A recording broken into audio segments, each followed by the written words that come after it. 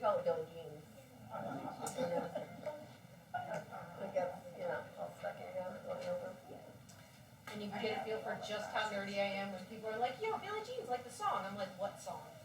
And everybody, and my former coworker was like, oh, really? Yeah, no, really, I have no idea what song you're talking about. No, Michael Jackson. I've heard of Michael Jackson. Okay. Oh, gee. So we'll give it another minute or two. I'll let Meg decide when we start this.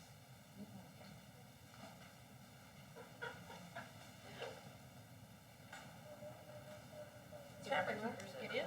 We're definitely live. We're live, Meg. Yes. We have the children's librarians used to do pretty routine Facebook Live streaming story times, but this is the first time we've tried going live with these folks. So. We got 4 viewers. No, Well, really? I think I'm one. You're one of them. But That's okay.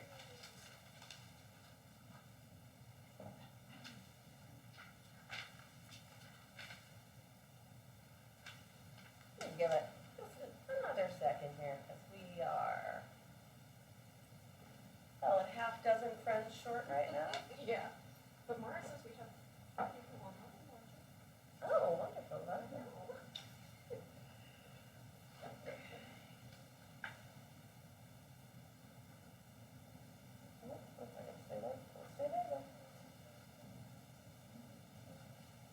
Yeah, that's one thing you can't really figure out.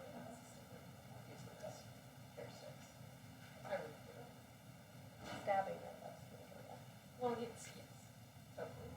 They are pointing. It's like a pocket version of the cane knife, right? Yeah. Is that a pepper pendant?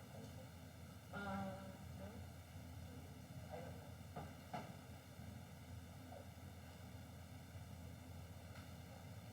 know. All right. Sure. Get started, yeah? Hello, everybody. Good evening. Welcome to William Jeans Memorial Library and other things. My name is Megan Lawn. I'm a reference librarian here at William Jeans, and I just want to tell you guys a little bit about this, our flagship program here. Between 2 bookshelves. One of the kind of little known things about librarians is, interestingly, we do have master's degrees, and no, it is not in going thing. It is in taxonomies and information and finding things and communities, connecting people, helping people self-teach, helping people have access to the things they need to grow. One of the things we've discovered in recent years particularly is one of the biggest things people need to grow is community. And we find ourselves in the super fun position of being, kind of a little like a bartender, a little like a hairdresser. People come in and they're like, I'm looking for this book, it's blue. Also, do you know what my mother-in-law said to me the other day? And it is wonderful. And in those wonderful conversations, we've encountered so many amazing people in this community. A gentleman who had a job at NASA before coming home to revolutionize the machinery to make beef sandwich. We have a woman who comes in regularly who's utterly brilliant and has this amazing head knowledge, a super rarefied area of research. You want to know a story about medieval plagues? She's got them all. She knows all of them. We have an amazing poet who loves a new poem every day and lives in a constant state of mindfulness. We've got Ivy League professors that study and teach game theory. We've got psychologists that paved the way for new, more positive ways to learn about ourselves, to grow, to change. We have brilliant people in our community, and we're grateful for them. And we want to connect them and their stories. We don't want stories to be lost, yeah? That's our thing. We like to catalog. We like cats. We like tea. We like dogs. Yeah, dark horse. Or dog. And, we like to make sure that those stories are preserved and your stories are important. So if you're here, if you're watching, if you're in the community, if you're somebody that's like, oh yeah, I have a story, I have a thing, please do reach out to us because we want to hear from you and the community wants to hear from you and we, more importantly, want to connect you.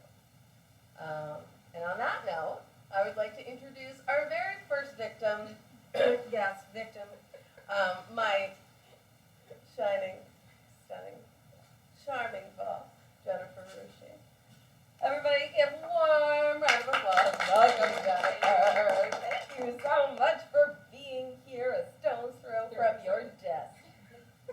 Didn't have far to go, yes. Very short time. Captive audience. Jennifer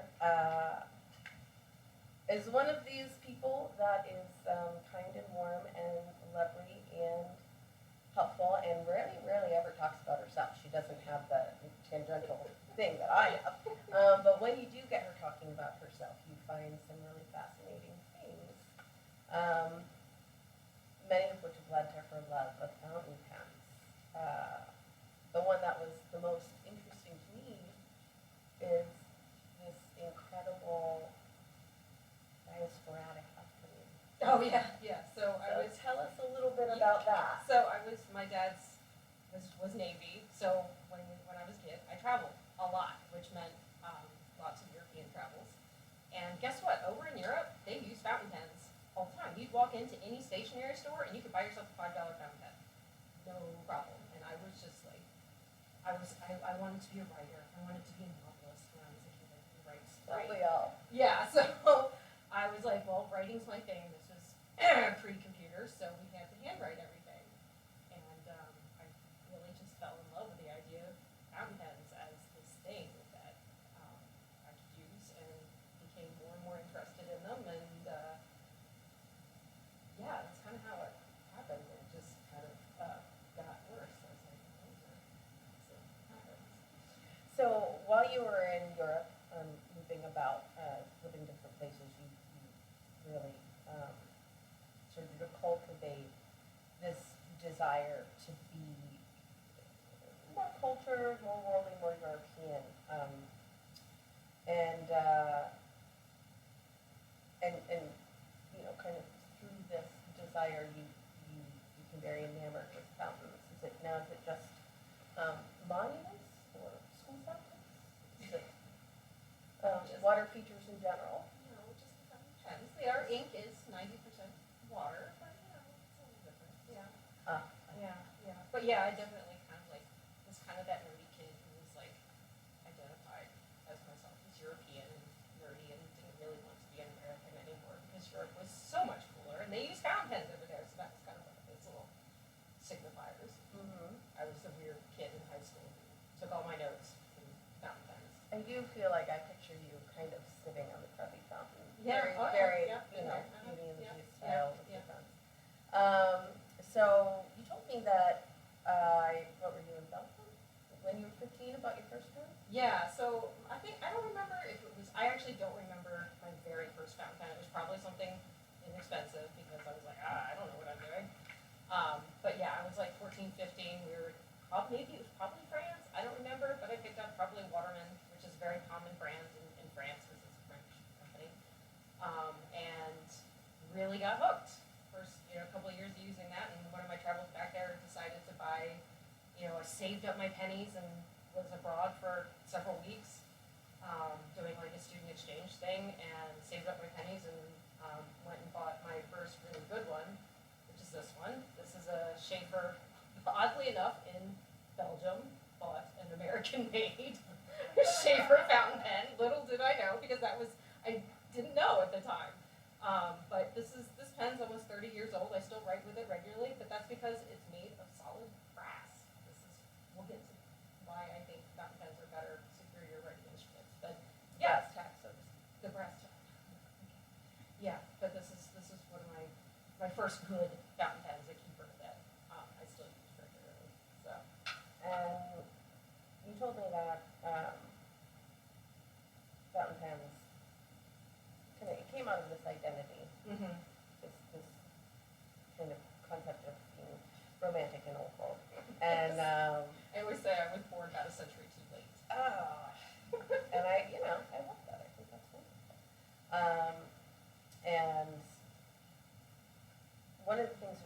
I found so interesting when we were kind of chatting and prepping for this was this concept of the pen as your identity, but also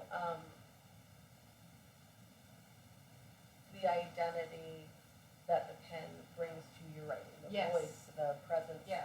the reality, Yeah. so to speak. Tell us a little bit about the mindfulness that goes into how Yeah. you hold that fountain pen, the lines, the Yeah, names, the so, flow. like this pen is, like I said, it's made of brass and lacquer, so it has a real weight to it. And it's a presence in your hand because it's weighty, it's there. You have to be mindful when you're using it. You know, you have to make sure that you take it off and that you cap it correctly and that you're holding it at the right angle to get the best line. But the writing that it produces, you feel it on the page. You get to watch the ink flow and the ink dry. So it's a much more mindful writing process than if you're just scribbling with a Bic. And it gives like a higher end fountain pen, this one, gives you variation of line. It gives your writing character, and sometimes I'll sit down to journal. I have like almost daily journaling practice, and I journal. Sometimes I don't even really have anything to say, but I enjoy writing with them. It just makes writing a pleasure. But yeah, it very much is a mindful thing, and you have to go through and you have to clean them, and then you fill them with the inks, and that's a whole process. So it really encourages you to be like physically, tactily present with your thoughts, and slows you down a little bit. So that was what came of starting to use them, was finding how that felt. And yeah, I have lots of cheap fountain pens that they just bounce around, and they're for scribbling notes. But when you want to be mindful, you pick up something a little heavier, a little weightier, and it just gives your writing a lot more character, and a lot more mindfulness. So, yeah. And the pens themselves, they become kind of entities into themselves. Yeah. You told me your first pen was 30 years old? Yeah, so this one, this one I take care of. The cheaper one that I bought before that, part of, the whole being careful, you drop a Bic on the floor, nothing's gonna happen. What happens if you have your pen uncapped and you drop it? You bend the nib, especially if you drop it on concrete. Ask me how I know. It was my first halfway decent pen, and I managed to drop it on the floor at high school and bend the nib, and was very sad. And of course, at that point, it was also a cheaper one, so I couldn't this one. If I bent the nib, I would send it to a pen repair person and have it fixed. But that one was cheap enough. It was like, yeah, okay, I'll just go buy another one. For those watching, it's like that middle-aged mom nerd version of dropping your iPhone and shattering it. Yes. Very sad. It is very sad. So, yeah.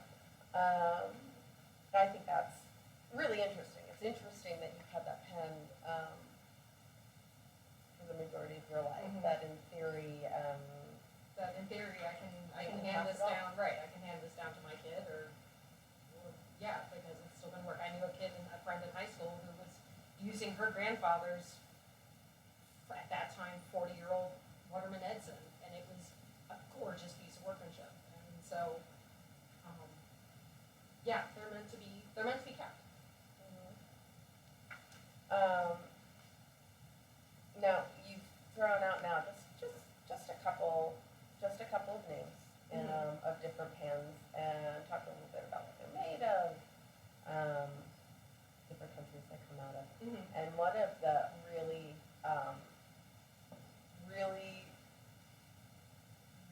nerdy things I found out about fountain pens is that there are in fact fountain pen conventions. And That shows, yes, good. yeah. So I know that there are sneaker conventions, and most people call themselves sneakheads. And there are car conventions. People call themselves muscle cars or muscle heads or motor heads. And I'm curious. Do you in fact have a name? Do I have a name? Keratin. Oh. No, I don't know. I don't know that pen collectors actually have like a. No, we're too nerdy for that. Feel that this is injustice that needs to be rectified?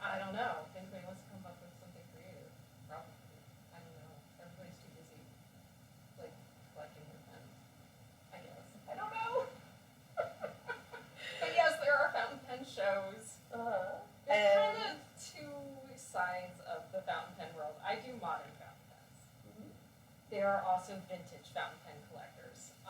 Like any other thing, object in our man-made world, people collect them. I don't consider myself a collector, because I use every pen I buy. A pen that I buy has to be usable. If there are fountain pen companies that make these wildly ornate pens that are literally meant to sit in a little box on a shelf and never get used, not interested. And then there's the other side of collecting vintage pens, which need a lot more care and repair than I'm interested in doing. I'm not a tinkerer, I'm not a fixer. I just want my pen to work right out of the box and keep working. So I do own a 1942 Parker Vacuumatic, but that's about that's as vintage as I get. Well, I'm gonna need you to explain all those words to me at some point during this interview, but for right now, Yes. it was at one of these pen shows that you got your first really fancy. Oh, you mean this one right here in this box? Yes, and I'd Okay. love to hear, well, what's in the mystery box? What's in the Going to mystery be box? a really amazing reveal. I would really love to hear a little bit about how a young Jennifer got the coin up to buy a mystery box. Oh, right. So I've always admired, in here, it's what's called a makie. It's a Japanese art called makie. It's lacquer work. It's like any of the lacquer work you've seen, like lacquer work boxes or anything that come out of Japan. It's called makie. And of course, the Japanese are very well known in fountain pen world for making incredibly crafted fountain pens. And I wanted a Japanese made, handmade makie fountain pen. Well, guess what, guys? Because it's very European. Yeah, I kind of gave up on the Europeanness. I started with the European fountain pens, and then I discovered Japanese fountain pens. I'm like, oh, bye, see ya. But as you can guess, any piece of craftsmanship like that, very expensive, very expensive. So, many years ago, I was an extra in a movie. I kid you not. M. Night Shyamalan's The Village. No, you won't see me in there. But they paid us ridiculous amounts of money. We signed a contract. My friends and I were all like, yeah, this sounds like fun. Signed a contract. And it turns out we didn't read anything. They're like, here, have very large checks. I'm like, cool. So I saved a bit of it. And the next fountain pen show that I went to, I said, I'm going to buy myself a makie fountain pen. And that's what it is. So that's what's in here. So this is a Dani Trio makie, and I'll have it up. You can come look at it closer up. But yeah, so this is urushi lacquer with cherry blossoms, and down here you've got the artisan's signature. And this is many hundreds, if not thousands, of layers of urushi lacquer, hand applied lacquer work. So that's why it lives in this little box. So It doesn't have a name. it does not have a name. I don't name my pens generally unless we do. If you left said little box on your desk and when next you open it, your pen had tastefully placed googly eyes, would you feel good about that? Well, I know who to blame. Would you? Well, that's true. There's Karen. Oh, friends, there'd be at least At three suspects. At least three suspects, yes. At You least. could put the googly eyes in the box. That would be okay. We might have a thing about googly eyes around here. We do. It's kind of a minor obsession. So, that is gorgeous. And you have a room full of pens Yes, back here afterwards, for our friends I to have, check out yes, and try. yes, I have a petting zoo set up back there, so you can, all inked up, a bunch of pens, you can try. But before that, we want to open up some questions to the audience, if you guys have any. But even more so, I'd like to know if there's anything that you really feel like you'd like to share with people who are interested in getting into them. Yeah, so just that they're not nearly as intimidating as they seem. This is I have a fountain pen graveyard of, pens that broke and you keep them because, you can Frankenstein pens, although I don't really do that. But this is Jennifer's a purist. I am a purist. I don't just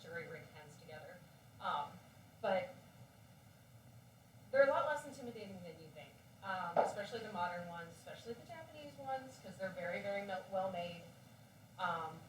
And they're pretty simple to use. You can use a converter, you can just stick in a plastic cartridge and you're good to go. You can get into bottles of ink. That's part of why I really like the pens using this is called a converter, this comes out. So this is a converter, it's just got a little piston in it. And you stick it in here and you stick it in the bottle of ink and it sucks up the ink. You wipe it off, put it back together, and you're good to go. That's it. How long? How long does So you need a refill. depends on how much you write and how big the converter is. I have one in here that's called a TWSBI Eco. It's the entire barrel is the ink reservoir, and that'll last you for a very long time. This won't last as long. This particular converter doesn't suck up nearly as much ink as I would like it to sometimes. But it depends on how much you write. I use one of these regularly at work, and it's a month before I have to replace the ink. But converter is the little piston thing, this little guy. So, and then I don't have a cartridge. Well, yeah, I think we demo how to fill it. That's why I grabbed this one. And then a cartridge. This is plastic, and it's a one-time use. It's super easy because all you do is you stick it in here until it goes pop. That's it. That's literally all you have to do and you pop it in here and you are set to go. And then you can buy a box of cartridges of a color, but you can also reuse these. So that is part of why I really like the fountain pens. They're much more eco-friendly. Like, you're not throwing anything away. Unless if you choose to keep buying new cartridges, you throw away this old cartridge, but you don't have to. You can get a syringe, clean it out, and refill it with ink. As I clean it out. These guys, this is a platinum preppy. This is all plastic. This will break eventually. It will wear out sometimes. Or if you drop it, or if you cross the threads and you might split the plastic, or sometimes they just spontaneously break. But this is literally a $5 fountain pen. This will cost you $5. So, And if you take care of it, how long will it last? I have some that are 10 years old. So, yeah. So here, I'll do a real quick demo. Here we go for the I remember you saying that you like the purple ink. yes, Grab the purple. bottle. So part of the joy of using fountain pens, especially if you choose to go to bottled ink, you get to choose. There are hundreds, if not thousands, of colors of ink. I like purple a lot. So I get to choose precisely which shade of purple. Or this one, both of these. Oh, this one. This particular ink has a sheening quality to it, so it will change color in the light. It's called Ruby Blues. It's blue, but it's got a red sheening quality to it. This is Alexander Hamilton. Actually, we have a tissue. I can show you my process, but let me. Do we have any tissues back here? So filling a fountain pen is really quite simple. This is one of my recommended ones because you've got this. It's a metal barrel, but it's not lacquer. It's not brass. It's just metal. I don't know exactly what it is. So this thing is pretty indestructible. You can drop. If it's capped.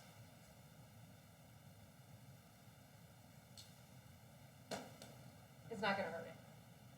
You might bounce the nib around a little bit. You might, when you pick it up, you might have a little excess ink because ink is water with a little bit of pigment in it. It might spatter a little bit, but you just grab a tissue, you wipe it off, and off you go. Worst comes to worst, sometimes the other day I did drop one and it did manage to land on the cap and it bounced the nib out a little bit. I was like, oh, that looks wrong. Give it a little shove, push it back down, we're good to go, no problem. Okay, so real quick, show you how to. Well, you're pulling stuff out. One of the things I found really interesting when I was talking to Jennifer is that so you can actually adjust the pen, the stronger or weaker flow of ink so you can get a heavier thinner line. Yeah. And that really appealed to me personally. Yeah, so some of them you can adjust, like if it's misbehaving, you can, like I said, like when it fell, you know, and I pushed it back in, you can, if it's being weird, you can wiggle it a little, you can adjust it a little bit. A higher end pen, they come in different nib widths, sizes and different cuts of nib. So if you have, I have very, very fine handwriting, which is why I love the Japanese fountain pens, because you think about how did the Japanese write with those super fine characters, and if you mess up a line on a Japanese character, it's simply an illegible character. So they are very, very good at very smooth flowing, very fine nibs. European nibs are a little bit broader, and it depends. If you have kind of looser, bigger handwriting, you can get a big, you know, a broader nib. And then you can get them in different cuts. You can get an italic nib, like you write with calligraphy, so it does thick and thin lines. You can get an oblique nib, which just gives it a little different. You can get a music nib, a nib that is literally cut to write music with. So there's all kinds of different nibs, and you just, like, that's the fun part, is like experimenting with them to find the one that really works for you. So I've got okay, so we've got nib, feed, section, converter. Step 1, always wipe the top of your bottle.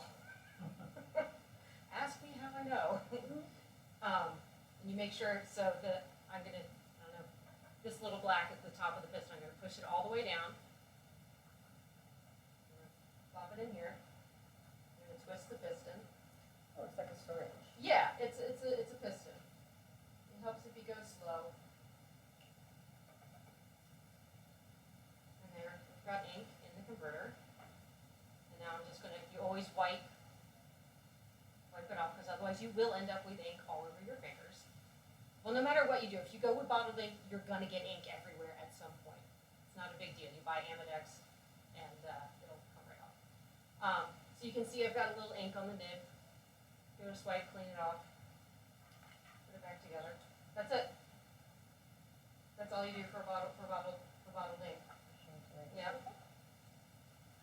One of the things that was really lovely about using a fountain pen, is Jennifer very generously got me a fountain pen a week or two ago, leading up to this.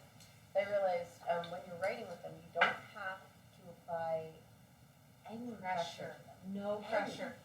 Fountain pens are really easy to write with. You don't have to put any pressure with them. In fact, if you put pressure on them, you're going to tear the paper. Because guess what? This is steel. It's very stabby. It is very stabby. It is very stabby. I don't think I've ever actually managed to, like, hurt myself with one by accident, but Future, ask me how I never ask me how I know. But yeah, they don't need pressure. So in Europe, when they are teaching kids to write in those first grades, they start kids with fountain pens, because you don't need to put pressure and cramp up your hand. So fountain pens are really easy on your hands if you have any problems. Yeah, question? When you're talking about ease of use, as a sinister writer, Yes. I remember in grade school year, breaking many of one and ending up with blobs. Have the modern pens Yes. become more accommodating? Yes, there More are. left-hand friendly? Yes, they do make they do make pens that are set up for lefties. Yeah, they do have them set up for lefties. There's also, because there's this, like I said, this huge range of inks, you can buy faster drying inks. They're not instantaneous, but they will dry a lot faster. Yes, I wrote with it, but this is cardstock, and that tends to not be very absorbent, and you can see it's already quite dry. But yes, they do make inks that are quicker drying, and pens that are set up for left-handed writers. And you're welcome, like I said, I've got a whole bunch back here, you're welcome to try all of them. I don't know a ton about left-handed pens, but there are a lot more of them out there. Are they largely produced in Boston? But they were actually produced in Boston. Why in Boston? South Boston.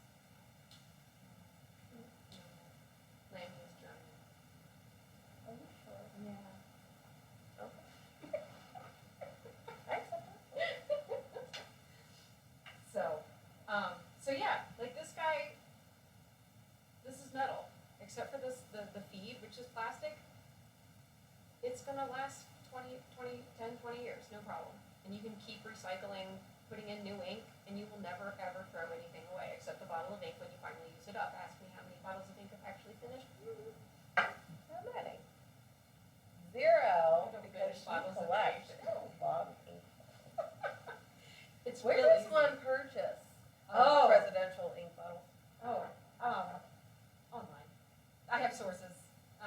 You can buy, so one of my favorite places to buy from, Goulet pens, they will sell you ink sample sets. So they send, you can pick like, I want all your purple inks. And they will send you tiny test tubes full with just like 1 or 2 pen fills of a dozen different purple inks. I don't know how many sample bottles I have, because every time I go on and order a new pen, I'm like, oh, please send me more samples. It's kind of Lot. ridiculous, it's a lot, like several dozen, because it's fun. I mean, there are lots of different colors of purple, or blue, or red, or pink, and orange, and like every possible color you could want. There's a color for it.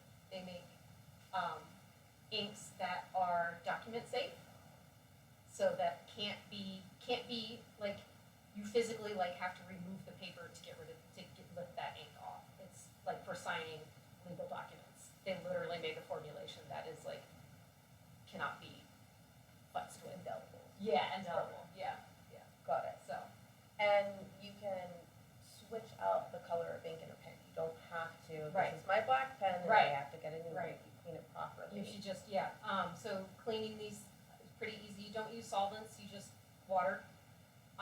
Like with the converter, what I do when I'm cleaning, I clean it out, take it apart, run it under running water for a minute, and then get a cup of water, and just like you're filling it from a bottle, fill it with clean water, squirt it out. Fill it with clean water, squirt it out, until it runs clear.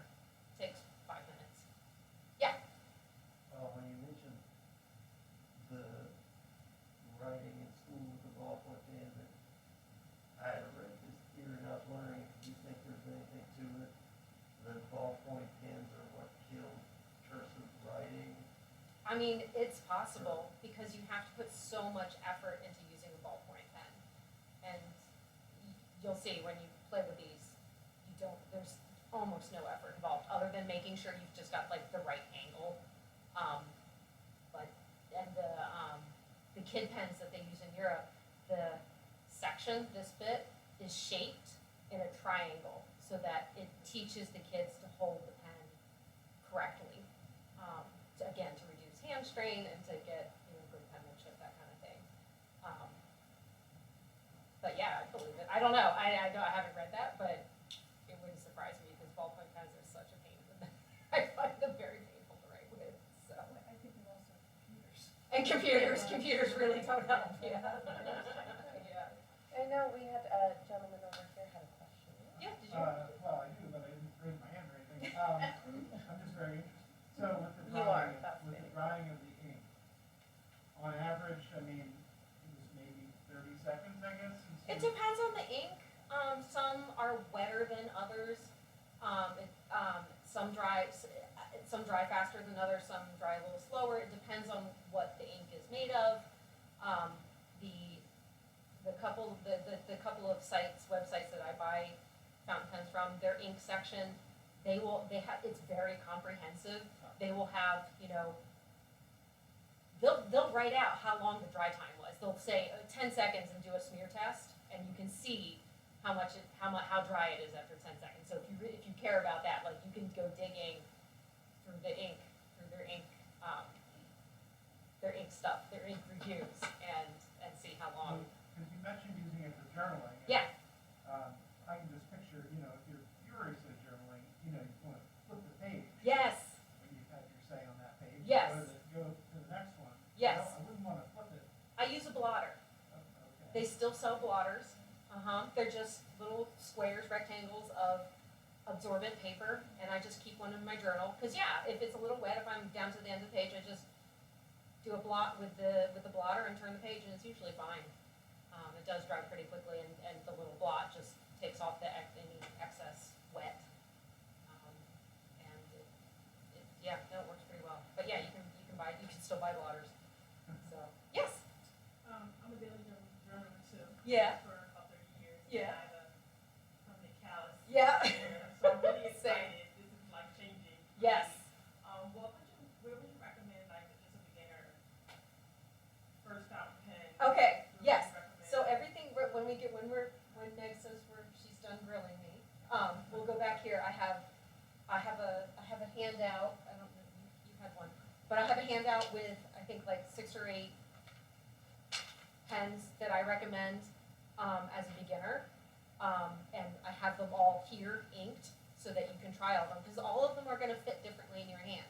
I have plastic ones and I have metal ones. You have to decide, do you want that really lightweight feel of a plastic pen, or do you want the weightier feel of a metal pen? And some of them are a little thicker than others, some of them are a little slimmer. So somebody with larger hands, you want a slightly bigger pen because it's gonna fit your hand better. Like, that's the other thing about writing with a Bic, they're so skinny. I find my hand cramps after a while, so these are a little bit heftier. So it just makes, you don't have to grip it as hard. So, but yes, I have a list. So I have a question. Yeah. And the reason I'm asking this question is because I'm currently not using them, but I do love using them. I think they're great. But what happened was, first one pen was either the nib or the little barrel that holds the nib got clogged. I tried using water to clear it out, still didn't do any good. And then I had another pen, same thing happened, the other pen was more expensive. Yeah. So my question is, what's the best way to store the pens? Sideways, nib up, nib down?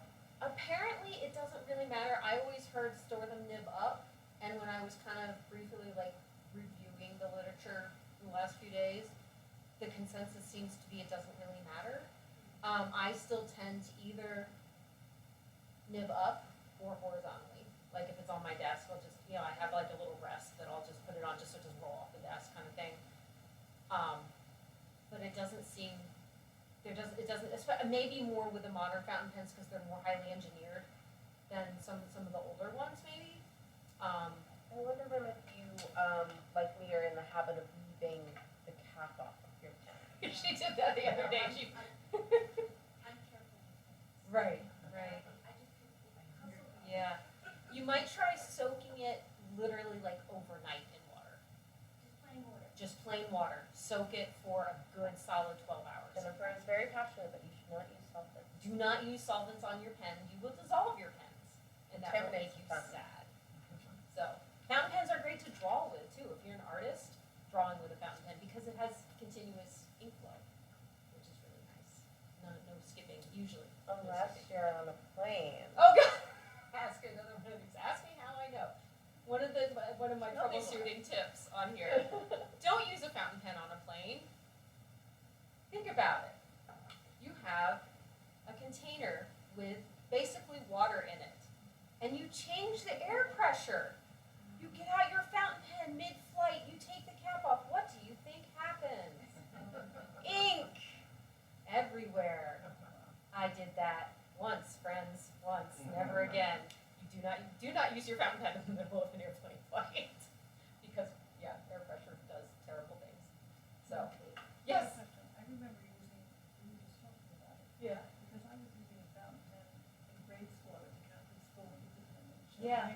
That's what we used, fountain Yeah. pen. And I remember to fill it, did you have any examples that used to, it was different, they didn't, this was pre-cartridge. Used to pull something up and it was kind of messy, like a little, it wasn't this Oh, I easy don't way. know.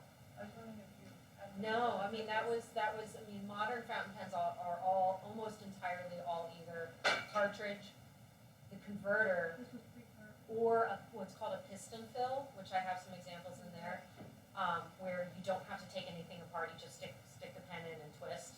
That's it. There's no, No, there's like a little. whoa, I don't know about that. That's pre my time. pre when I I think you're would. dating yourself. I know. But it was, we learned beautiful pens.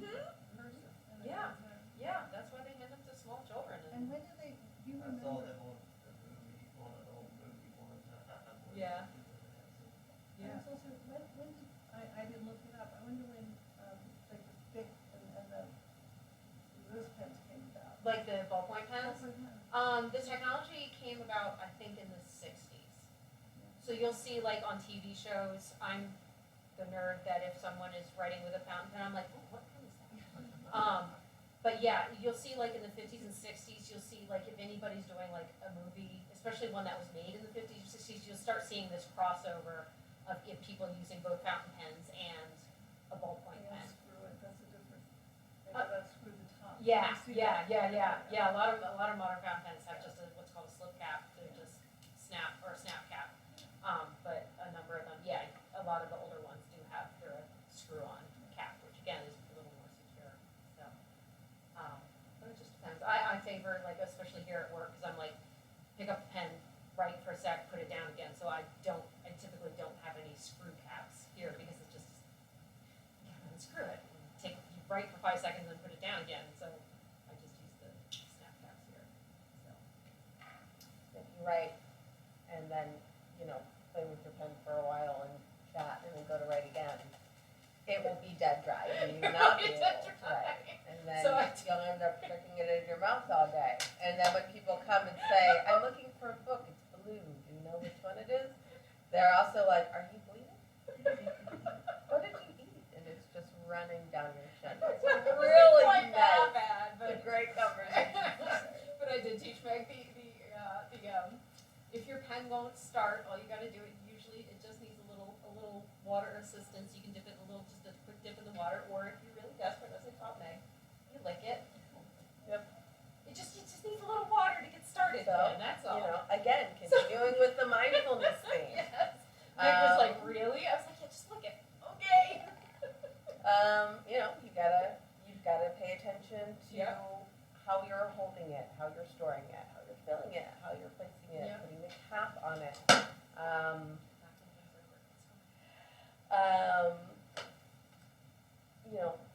How you're positioning your hand when Yep. you write. Right.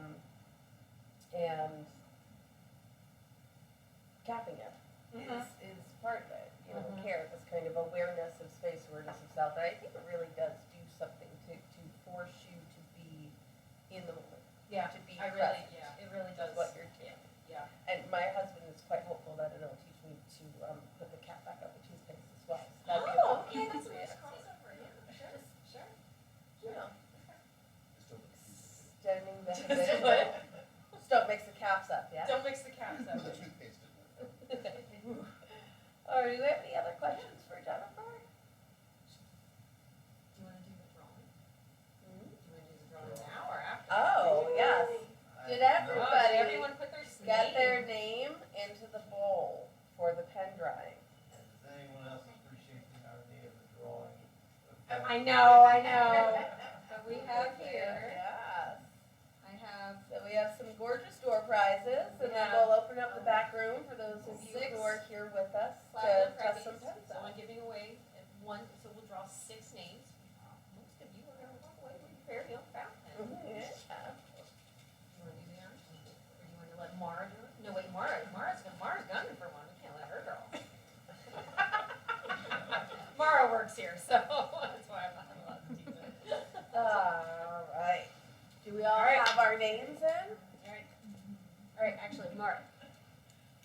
Choose which color. Pick one. Let's go with purple. All right, purple. And there's Purple no pen. Tracy backseats. No so. traces. You get what you get, as we say in Kindred, you get what you get, and you don't get upset. Oh, Janice. Janice. Janice, There we get go. the pen. And these come with the cartridge, and it's the same color, so you get purple ink. All Okay, right, Mara. next color. Next. Green. Green. My favorite. Great. Oh, do we have little friends? Little friends, would you like to come draw some names off for us? Yes. Come on, little friends. I read somewhere that green was the color. Let's see who gets the green one. Can you pick a slip for me? Pick one out. I'll pick a really good one. Come on, grab one. Hand it to Miss Meg. That's Okay, the that one. best one. I Yes, like Miss that one, Meg. Casey. Awesome. High five. You're an excellent name drawing. Here we go. Rhonda! Hey. Rhonda writes amazing reviews for our reading challenges, Very cool. so I'm excited that she's got a pen to do that with.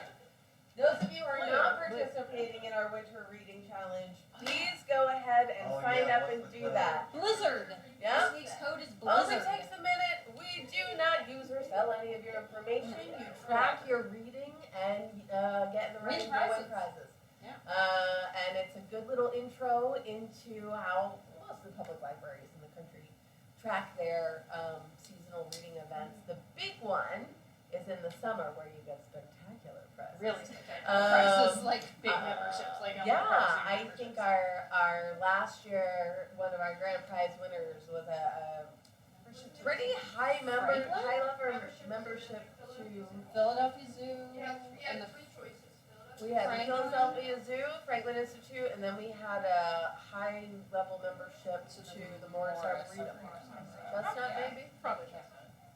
Yeah. Yeah, so it's super fancy, and the more reviews you do, the better. Do we have another friend that wants to draw? Do you wanna draw another, do you wanna draw with him? Yeah, Come on up. come on, gorgeous. Let's see, who's gonna get a Okay. blue pen? Give it to Miss Meg. Oh wait, that one's blank. Huh? Pick another. Okay. Oh, I like that Yeah, one, it's got give it a to Miss Meg. unicorn. Unicorns are my favorite. Mara. Okay. Yay! Marcus Blue. There you go. All right, Which one next? Go all with black. right, what's Black. our next color? Classic black. AJ, Oh. over here. Doctor? Pink or red? Pink. Pink. Pink is going to Steve, no Tracy Baxter, Steve. Actually, I really like. I have a girl. I know. I she's really like delightful. pink or red. Like if I'm, when I was in the master's degree program, it's great for highlighting and taking notes because it really stands out. So that's what I use my pink and red. You said Okay. there was some special thing you had to put on it to convert it. These don't take converters. These No, only I have. thought of that. These only have. Oh, okay. Yeah, you'll have to try it. Well, I'll show you. When we go back, anybody who got one, I'll show you how to put the. Yeah, go ahead. All right, final door prize, friends. Drum roll. Ta-da. We got Janet Lynn. All right. Red pen for you. Congratulations. So pointedly excited that you guys won these pens. So. Thank you, Jennifer, so Thank much you. for joining us. You are a font of information. We really do appreciate your expertise. And Practice that one probably. I really reined my puns in tonight, friends. You did. I worked hard. Not too many of them. I feel like it's a small win for me, but mostly for you guys. Are we ready to So I open think up the petting zoo? we're gonna go ahead. We're gonna sign off on Facebook here. Open up the Pen Petting Zoo, Yep, where and you any guys can questions? ask Jennifer questions Yes. and try out some of her Yeah. fabulous Look pens. Look at everything up close, all right? Okay.